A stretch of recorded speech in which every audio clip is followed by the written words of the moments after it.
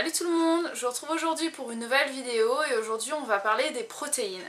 Donc j'avais déjà fait une vidéo sur les protéines, je vous précise que je parle quand même dans le cadre d'une alimentation végétalienne, donc je vais parler des protéines végétales même si je vais aussi aborder la question des protéines animales.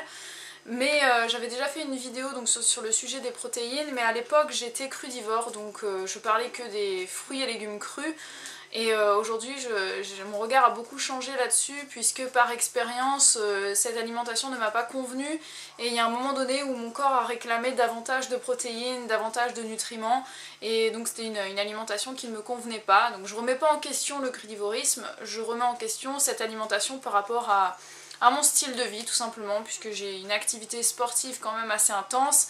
Je pratique la musculation à peu près 5 fois par semaine, donc ça me demande quand même pas mal d'énergie. Donc cette vidéo là va être axée surtout sur l'aspect sportif. Je vais vous parler des protéines dans une alimentation, dans le cadre d'une vie sportive. Bien sûr ça parlera à tout le monde, il n'y a pas de souci, mais je parlerai beaucoup de ça.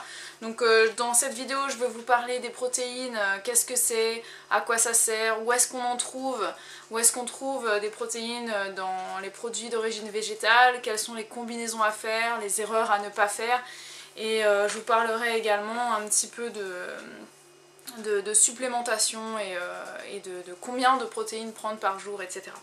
Donc on va commencer tout de suite si le sujet vous intéresse. Alors déjà, qu'est-ce que c'est que les protéines? Alors les protéines c'est une molécule, si je puis dire, qui est créée donc dans notre organisme, par notre organisme, en faisant un assemblage de différents acides aminés. Il y en a au total 20 et on en a besoin, il n'y a que 8 acides aminés qui sont essentiels, c'est-à-dire des acides aminés que notre corps ne peut pas produire. Donc puisque le corps ne peut pas les produire, on est obligé de les apporter par des aliments dans notre organisme en fait. On est obligé de les faire rentrer par l'alimentation, donc on est obligé de les chercher à l'extérieur puisque le corps ne peut pas les créer. Donc il y en a 8 au total. Donc je vais pas vous citer les 8 acides aminés, c'est pas le but de la vidéo, mais sachez simplement qu'il y en a 8 qu'il faut intégrer à notre alimentation.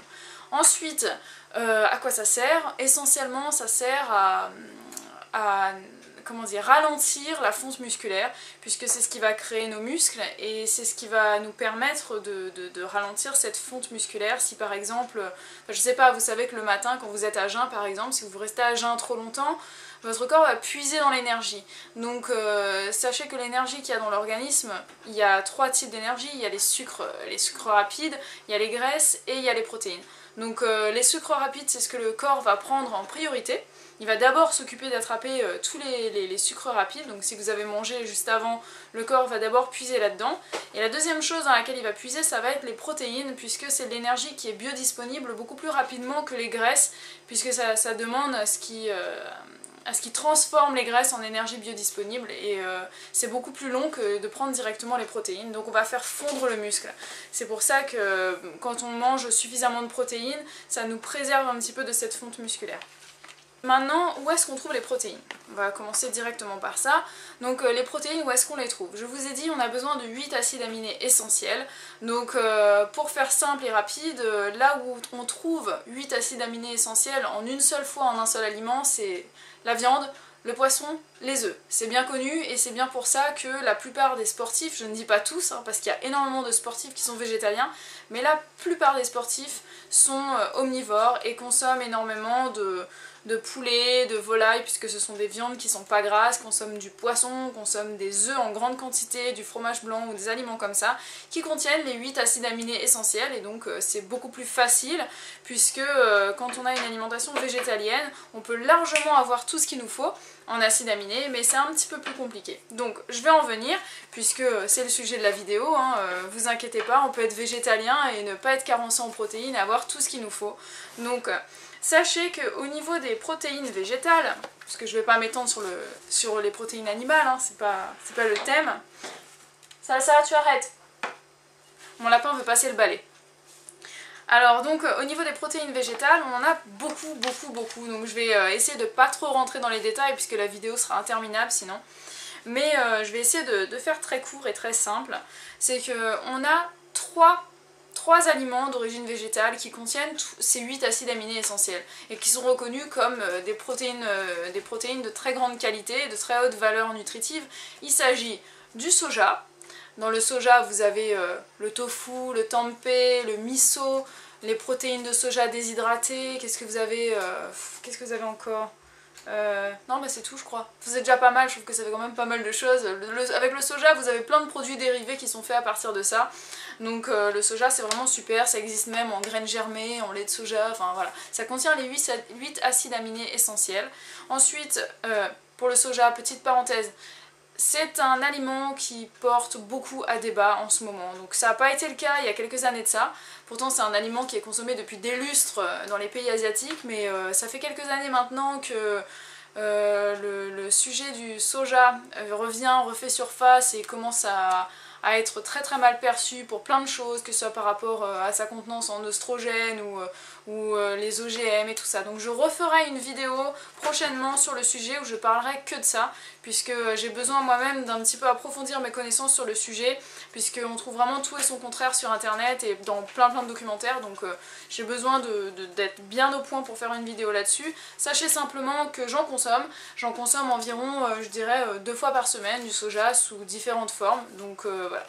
Ensuite, le deuxième aliment d'origine végétale qui contient les 8 acides aminés essentiels, c'est le quinoa. Donc le quinoa, je vous en parle souvent, j'ai déjà fait plusieurs recettes sur ma chaîne de recettes à base de quinoa, puisque j'adore ça.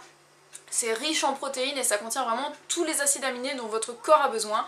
C'est pour ça qu'il y a de plus en plus de sportifs, et vous verrez, hein, tous les sportifs végétaliens consomment beaucoup de quinoa. Mis à part ceux qui sont crudivores, hein, mais bon, c'est quand même une minorité.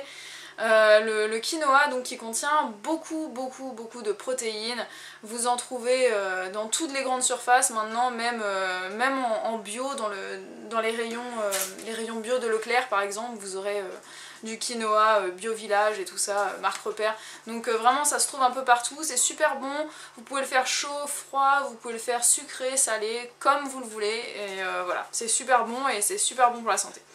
Et ensuite, la troisième céréale, c'est le sarrasin. Donc avec le sarrasin, vous avez également les 8 acides aminés essentiels. Donc avec le sarrasin, ben, écoutez, en plus il n'y a pas de gluten hein, dans ces trois produits. Donc avec le sarrasin, vous pouvez faire des galettes, vous pouvez faire des crêpes, vous pouvez faire des gâteaux, des cakes salés, des cakes sucrés, vous pouvez faire plein de choses. Et ça contient les 8 acides aminés essentiels. Donc de la même manière que les sportifs non végétaliens font des galettes avec leurs protéines en poudre de lait ou alors leurs œufs ou quoi que ce soit, bah, vous pouvez faire la même chose, vous pouvez faire des galettes avec du sarrasin et ça vous apportera toute l'énergie et toutes les protéines dont votre corps a besoin. Maintenant on va parler des autres sources de protéines végétales, donc là je vais pas trop rentrer dans les détails, je vais parler un peu des combinaisons hein, quand même. Donc vous avez le sétan. Donc le sétan c'est, d'ailleurs je sais pas si on dit le sétan ou le seitan, je sais pas trop, mais ça contient du gluten puisque c'est du gluten en fait, c'est fait à partir de gluten de blé, donc je sais pas du tout comment c'est fait mais ça a une texture de viande, donc vous pouvez le trouver dans les magasins bio ou bien sur internet, vous pouvez trouver des produits faits à partir du sétan, donc c'est imitation viande, hein. Vous pouvez faire pas mal de choses avec ça et c'est rempli de protéines. Par contre ça contient du gluten, donc si vous êtes intolérant au gluten ou alors que vous avez une alimentation sans gluten, comme moi par exemple, c'est vrai que c'est à éviter. Voilà, ensuite vous avez tous les laits végétaux, donc les laits d'amandes, les laits de noisettes, le lait de riz, le lait de soja, tout ça, voilà, ça c'est une source de protéines. Vous pouvez en faire des smoothies, vous pouvez faire des crêpes, vous pouvez faire des gâteaux, vous pouvez faire des desserts à base d'agar-agar, vous pouvez faire plein de trucs. Vous avez également les graines germées, donc vous avez l'alfalfa, vous avez le trèfle rouge, vous avez la luzerne, vous avez le soja, plein de choses également. Vous pouvez acheter les graines à faire germer, soit en grande surface, dans certains rayons bio on peut trouver ça, sinon dans votre magasin bio près de chez vous, vous pouvez trouver des graines à faire germer dans un germoir, et voilà. Donc ça contient plein de protéines également. Vous avez les oléagineux, donc c'est-à-dire tout ce qui est amandes, noix, cacahuètes, pistaches, enfin tout ça, ça contient plein de protéines et c'est très bon pour la santé. Vous avez également les algues, donc les algues ça va être par exemple le kombu, par exemple le wakame, je n'ai plus d'autres noms en tête mais voilà ça existe, hein. Il y a plein d'algues que vous pouvez trouver, c'est assez cher malheureusement, vous pouvez trouver ça en magasin bio, parfois en magasin chinois aussi, et ça c'est blindé de protéines et c'est super bon pour la santé aussi. Vous avez, maintenant il y a d'autres choses hein, certainement que j'ai pas cité, mais je vais terminer avec l'essentiel des protéines, et c'est ce que je consomme le plus souvent, donc c'est de faire une combinaison céréales légumineuses. Les céréales contiennent beaucoup d'acides aminés, mais malheureusement ils ne contiennent pas les 8 acides aminés essentiels, et il en va de même pour les légumineuses. C'est pour ça qu'on associe les deux, en fait, céréales plus légumineuses, pour qu'on ait la bonne combinaison des 8 acides aminés essentiels, puisqu'ils se complètent très bien. Donc il n'y a pas... on dit souvent, voilà, on va faire pois chiche avec... je sais pas moi, avec lentilles, non c'est pois chiche semoule, mais vous pouvez faire pois chiche riz quoi, hein, c'est vraiment pas un problème. L'idée c'est légumineuse plus céréales, c'est pas une combinaison précise. Ensuite vraiment vous pouvez varier les plaisirs, mais l'idée c'est d'avoir votre protéine complète que vous allez créer grâce à un aliment légumineuse et un aliment céréal. Donc dans les céréales vous avez, je vais vous parler essentiellement de celles qui sont sans gluten, mais sinon avec du gluten vous avez la semoule hein, effectivement, vous avez le blé concassé et tout ça. Sinon vous avez du quinoa, enfin je le remets hein, parce que c'est une céréale même si c'est déjà complet à lui seul, hein, mais vous avez quand même le quinoa, vous avez le riz, vous avez la semoule, vous avez des pâtes sans gluten, donc c'est-à-dire à base de maïs par exemple. Qu'est-ce que vous avez d'autre? Ouais, bah, c'est déjà pas mal, hein. Ça fait déjà quand même pas mal de possibilités de combinaison. Et de l'autre côté, au niveau des légumineuses, vous aurez par exemple les haricots rouges, les haricots noirs, les grains Atsuki. Ça c'est super bon, c'est des petits grains rouges qu'on peut faire en version sucrée pour des bons desserts. C'est des haricots japonais je crois. Donc ça c'est très bon. Tu veux faire coucou à la caméra ou quoi? Et ensuite vous avez des lentilles, vous avez les pois chiches, les lentilles corail, enfin il y a beaucoup de possibilités et c'est vraiment à vous de... Enfin voilà, moi je vous donne des exemples de combinaisons. Ce que je fais très souvent c'est lentilles riz, je fais très souvent pois chiche, avec quoi je mets le pois chiche? Je mange ça avec du quinoa déjà. Vous pouvez faire maïs avec des pâtes sans gluten, enfin voilà, vous avez compris, qu'est-ce que je raconte? Maïs avec des haricots par exemple, enfin vraiment vous voyez l'idée quoi, céréales plus légumineuses, c'est ça le plus important, la combinaison, la règle de base à suivre c'est ça. Soit vous prenez un des 3 aliments qui est complet avec les 8 acides aminés essentiels, ça va être quinoa, je vous le rappelle, sarrasin et soja. Donc ça c'est complet, vous pouvez le manger seul, il n'y a pas de souci. Si vous voulez faire une combinaison, ça va être céréales plus légumineuses. Voilà, donc je peux pas faire plus simple, hein, je pense que c'est assez clair. Donc voilà pour ça. Ensuite, on va parler un petit peu des quantités, puisque c'est une question qui revient très souvent. On m'a demandé que je vous explique un petit peu quelle quantité manger par jour, par personne, combien de grammes de protéines par kilo de poids et tout ça. Il y a des calculs qui existent, mais vous verrez sur internet que ils disent, enfin ça va du simple au double hein, en fonction des sites sur lesquels vous faites vos recherches. Donc moi je vous dirais tout simplement que tout ça, ça dépend de chacun, ça dépend de votre activité physique, ça dépend de votre vie, ça dépend de tellement de choses, et on est tous différents les uns des autres, et la vie c'est pas du calcul quoi, enfin je veux dire, il y a des mecs, il y a des femmes aussi, qui font du sport à haut niveau, qui font des compétitions, et puis qui pèsent tous leurs aliments quoi, ça va vraiment, c'est-à-dire qu'ils vont avoir des tableaux, ils savent exactement quand ils mangent un plat, ils savent combien il y a de calories, combien il y a de grammes de glucides, combien il y a de grammes de protéines.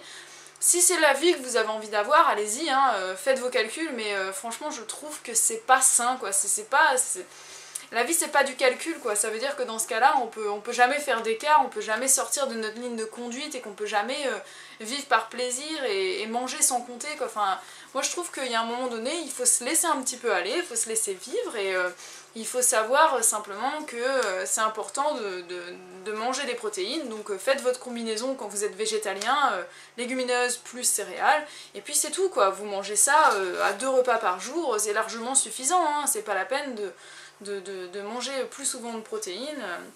Ensuite, vous faites en fonction des réactions de votre corps tout simplement. Si par exemple vous sentez que vous faites de la musculation 5 fois par semaine, ça fait 3-4 mois que vous faites du sport et que vous sentez que vous n'avez pas pris un pet de muscle, que vous êtes tout le temps fatigué et tout ça, peut-être qu'effectivement vous mangez pas assez de protéines. Donc dans ce cas-là, c'est à vous de faire la rectification, d'essayer d'augmenter votre dose de protéines pour voir ce qui se passe, pour voir s'il y a du changement, pour voir si vous vous sentez plus en forme. Et voilà, à vous de faire l'expérience sur votre corps, à vous d'écouter votre corps, c'est vraiment le plus important. C'est ce que j'ai fait moi-même, c'est pour ça que j'ai augmenté ma quantité de protéines et que maintenant je me sens mieux. Je voudrais terminer sur la supplémentation, puisque il y a beaucoup de personnes qui pensent qu'il faut manger des céréales toutes les 2 heures. Il y a même des sportifs qui se lèvent dans la nuit pour aller manger, ou alors qui se couchent très tard exprès pour pouvoir manger des protéines. Le matin, ils se lèvent, ils prennent des protéines et qu'ils en mangent des protéines à tous les repas, toutes les 2 heures. Donc ça, c'est pour moi, enfin je vais vous donner mon avis, c'est que mon avis, maintenant vous faites ce que vous voulez, si c'est votre manière de vivre, tant mieux pour vous si vous êtes en bonne santé. Mais d'un point de vue médical et physiologique, c'est pas très bon pour la santé de manger autant de protéines. Tout simplement parce que déjà le corps en a pas besoin, il y a un moment donné il va stocker, puisque ça sert à rien d'avoir toutes ces protéines là. C'est pas bon pour la santé, puisque pour digérer et dégrader les protéines, votre corps va transformer les protéines en acide urique.